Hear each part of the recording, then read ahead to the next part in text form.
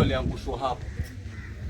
Tumekuja tumeshikana na babake mtoto, tukaenda zetu mpaka kwa mzee wa mtaa, tukaja tukaangalia jinsi gani tutakapochukua huyu mtoto, lakini hatukuweza kumgusa sababu ingekuwa ni police case. Tukabidi twende mzee wa mtaa ikabidi ampigie nini inaitwaje OCS huko, akaamba twende huko Bamburi tukaripoti. Tumeenda Bamburi tukaja hapa na mapolisi hapa, ndo mtoto akaja chukuliwa hapa.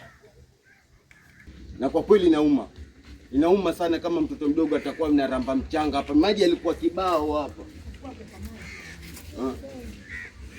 Kama huyu kweli shua mtoto msesi kama huyu mpige risasi.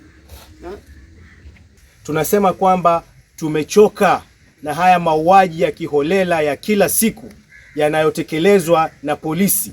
Polisi ambao wanafaa kulinda maisha, leo hii wao ndio wanageuka kufyatua risasi kuua hata watoto. Kijana mdogo sana ambaye hata result ya KPSEA hajapokea, lakini leo amepotezwa maisha yake.